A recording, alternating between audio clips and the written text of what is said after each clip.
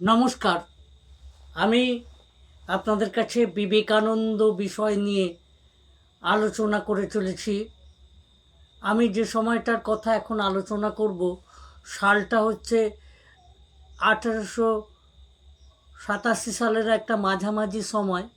সেই সময়টাতে দেখা যাচ্ছে যে নরেন্দ্রনাথ অর্থাৎ বিবেকানন্দ তার শারীরিক এবং মানসিক কষ্ট খুব দুর্বিষহ হয়ে উঠেছে। গুরু ভাইদের নিয়ে যে উচ্চাশা করেছিলেন, মঠ স্থাপন করেছিলেন, সেখানে মহাকষ্ট, অনাহার, অনিদ্রা, সকলেই প্রায় বিবস্ত্র,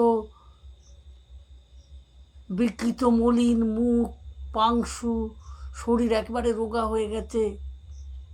এইসব দেখে সাধারণ মানুষেরা বলতে লাগলো, নরেন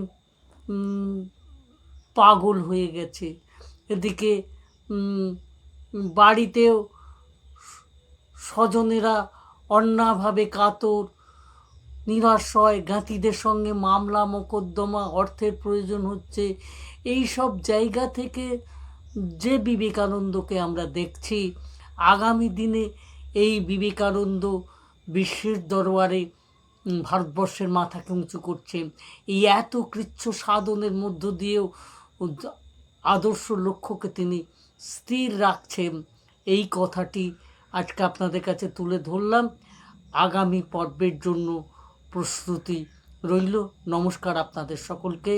জয় বীরেশ্বর বিবেকানন্দ, জয় শ্রী ঠাকুর রামকৃষ্ণ পরমহংসদেব। নমস্কার। সব ঠাকুর রামকৃষ্ণ চরণে আমার প্রণাম নিবেদিত করে আজকের এই বক্তব্য আমি সমাপ্তি ঘোষণা করলাম। নমস্কার।